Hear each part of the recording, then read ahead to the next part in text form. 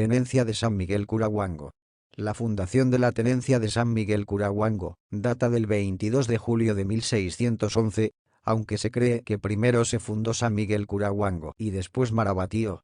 Retrocediendo al pasado, se menciona que el virrey Carlos V donó estas tierras a 6 capitanes reales dándoles el nombre de San Miguelito Marabatío el Alto, en la actualidad mejor conocido como San Miguel Curahuango. Se cree que nace con el dominio de la clase indígena purépecha, su significado es lugar del sacerdote de la guerra y otro más es lugar de gente necia. Los indígenas siempre buscaban lugares donde hubiese agua para desarrollar su agricultura, por lo que este lugar era y es rico en manantiales acuíferos como lo fue el famoso Quinte, el cual al paso de los años se secó y se convirtió en tierras de cultivo. Hoy de estos manantiales quedan los hervideros, la presa, el Pozo del Diablo y los sabinos.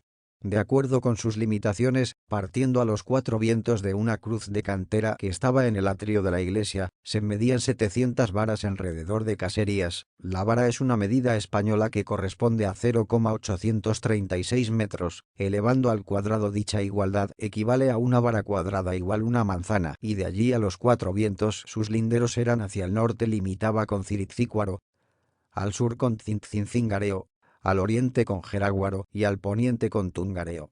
En la actualidad pertenece al municipio de Marabatío de Ocampo, con una población de más de 16.000 habitantes. Su estructura territorial está todavía por cuarteles, lo cuales son 5, y por colonias dentro de los mismos. A nivel ejidal amplía su territorio. Desafortunadamente las autoridades en turno permitieron que se convirtiera en colonia.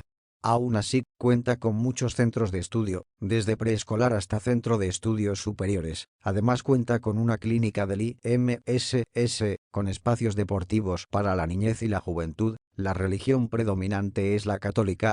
Su producción artesanal fue durante mucho tiempo la elaboración de sillas tejidas con palmilla. Hoy en día hay sectores que se dedican a la agricultura, comercio y talleres de herrería. En cuanto al nivel de estudio de sus habitantes, muchos son profesionistas. Eso habla bien de la preparación de sus habitantes.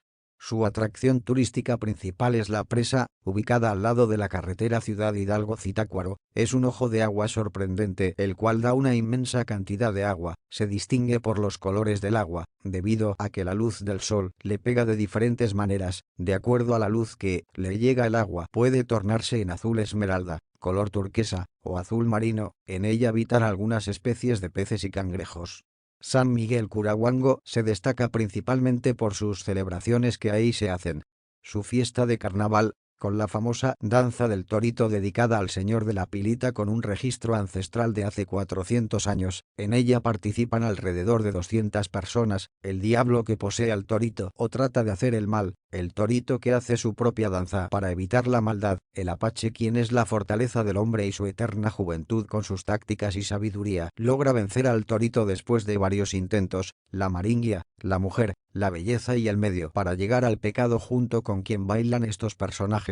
El torero demuestra la destreza del hombre, torea a su enemigo, el torito quien es controlado por el diablo y dirige sus corneadas hacia el hombre, el viejito, el hombre, quien se niega a morir y a fuerza de todo su ser saca toda su vitalidad bailando y sonriendo para no caer en manos de la muerte, pero aun con todos sus esfuerzos de resistencia es blanco fácil para el diablo y el torito. Se caracterizan por sus enormes sombreros donde escriben frases chuscas. De la actualidad de la sociedad, la muerte en esta danza también torea. La música de la danza varía con el paso del tiempo, al paso de un tambor y un pitido de violines hasta lo más moderno del día de hoy, pero siempre con un variante y con el objetivo de hacer reír a los espectadores y simbolizar la vida del hombre con la danza del torito. Actualmente esta tradición se celebra un día antes de cada miércoles de ceniza, comenzando un día sábado, donde se presenta la reina del carnaval que fue elegida junto con sus princesas, continuando el domingo por la mañana con su desfile de carnaval que es llevado a las calles de San Miguel, donde participan varios grupos de la comunidad, religiosos, sociales y educativos. En el atrio se concluye el día con la quema de los castillos. Dentro de ello, debe recordar aquellas abuelitas que con toda la calma del mundo se dedicaban a conservar los cascarones de huevo cuando cocinaban, para convertirlos en una artesanía en las fiestas de carnaval, adornaban sus cascarones con papel La belleza de la mujer sanmigueleña, quien por cierto era de pelo largo y negro, el peinado de la época era muy clásico y con muchos flecos los cuales adornaban con peinetas o listones de colores. La cuestión es que ellas fueron muy importantes en la vida cultural de nuestro pueblo. Otro grupo de mujeres muy importantes de la fiesta de carnaval fueron las señoras que vendían sus calientitos ponches con su respectivo piquete de alcohol. Como en aquellos ayeres no había alumbrado público, ellas se alumbraban con aparatos, mechones de petróleo, y para protegerse de la intemperie, hacían una especie de enramada de sauces y así tan tranquilamente esperaban a los parroquianos que después de irse a la iglesia a visitar al señor de la pilita regresaban y se saboreaban su exquisito ponche, el cual era calentado al calor del brasero, a anafre, escuchando la música de la época. Qué decir de las señoras que vendían el pan, ese rico pan de pucha, mezcla blanca azucarada para adornar el pan, o las riquísimas dobladas las cuales llevaban en su canasto de pan, el cual cubrían con manteles bellamente tejidos y que te lo vendían en bolsas de papel de estraza donde se conservaba el rico sabor del pan del pueblo.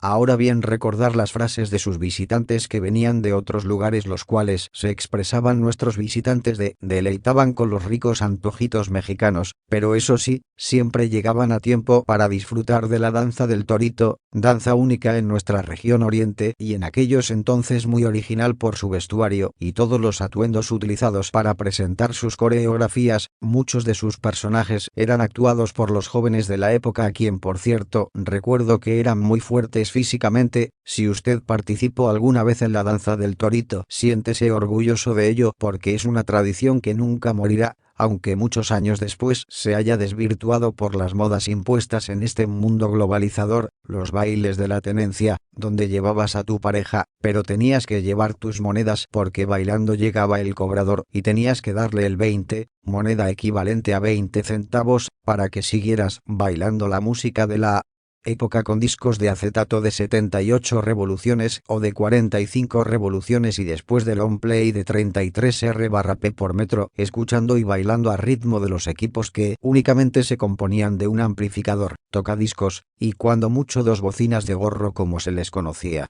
Los pioneros de estos equipos fueron don Porfirio Ortiz Martínez, don Pablo García Maya y el señor Raúl Beltrán. Como dato curioso quiero mencionar al Sr. Ignacio Galán, quien fue el primero que tenía un cubo de madera de bocina, bafle hoy en la actualidad, el cual era utilizado en el juego de lotería, donde se escuchaba la voz número 1 de la tenencia, la voz de don Felimón Ortiz Cruz, el mejor animador de aquellos tiempos, persona a quien le tengo mucho afecto, primero por ser mi padrino y segunda porque del fui aprendiendo a meterme en eso de la conducción de programas. La gente participaba en el juego de la lotería con mucho entusiasmo y se escuchaba el grito de don Felimón Ortiz: corre y se va con la cobija de los pobres. El sol, el que le cantó a San Pedro. El gallo, así es pues, era el famoso juego de la lotería en la cual se congregaban niños y adultos para gritar: lotería, es buena y se paga y se corre la otra. En cuanto a seguridad pública, es justo mencionar aquellos ciudadanos que eran nombrados por el jefe de tenencia, Tlatoani Mayor, a los que se les designaba ronda, personas que eran las encargadas de cuidar el orden, a quien por cierto los dotaban con una especie de espada la cual utilizaban como arma. Es preciso mencionar que su trabajo era bueno, porque los policías municipales en aquellos ayeres no entraban en conflictos y dejaban a ellos actuar a los señores de la ronda. Los policías de Marabatío eran contaditos y muy clásicos, por cierto, como don Agustín Victorio, a quien por cierto los jóvenes de la época lo hacían repelar constantemente por su forma de portar el uniforme y su fusil que se cargaba. En fin, esto es una parte de una historia de nuestra tenencia. Hoy desde luego las cosas han cambiado mucho en cuanto a la organización del carnaval. Los jefes que han gobernado han impreso su propio estilo, agregándoles otros ingredientes a la fiesta del carnaval. No recuerdo desde cuando ya se hacían bailes en vivo con organizaciones musicales de renombre. De lo que, si me viene a mi memoria, es de un baile donde tocó la orquesta de policía y tránsito, además del grupo musical de Eduardo Núñez, y que al día siguiente, que fue un miércoles de ceniza, hubo temblores en la región y se cayó la bola de la iglesia de San Miguel Arcángel. En cuanto a los desfiles y horas sociales, recuerdo muy bien a don Raúl Bautista González, el Átomo, ya en la década de los 80 segundos, cuando instituyó por primera vez dos desfiles de carnaval, un domingo y martes de carnaval, los cuales fueron muy lucidos en esos años. Ya después de ellos vinieron más jefes, en los cuales se distinguió antes del Átomo el Sr. Elías Beltrán Bautista, tanto por su trabajo que en conjunto con la señora Chilo Ríos se pusieron a trabajar para instalar el alumbrado público en algunas calles de esta tenencia y empezar a organizar bailes con música en vivo. Reitero que cada jefe hizo lo suyo hasta donde la fuerza y finanzas les alcanzó, pero todos ellos tenían un secreto para trabajar. Ese secreto era que contaban con la fuerza del pueblo, con sus aportaciones económicas para poder hacer una buena fiesta. Así que termino con una frase de un antiguo líder ejidal de la tenencia que decía: mira muchacho, la única forma de disfrutar una fiesta del pueblo es que te inviten, pero además cooperes para que puedas disfrutarla, así que si quieres disfrutar tus fiestas pues simplemente aporta tu granito de arena ante quien hoy corresponda para que te sientas orgulloso de ser sanmiguelense. Termino como lo he expresado mucho tiempo: mantengamos nuestras tradiciones y costumbres de nuestra tenencia, hagamos que estas fiestas sean de nuestro pueblo y para el pueblo, y después de ello pongámonos a trabajar por el bien de nuestra comunidad.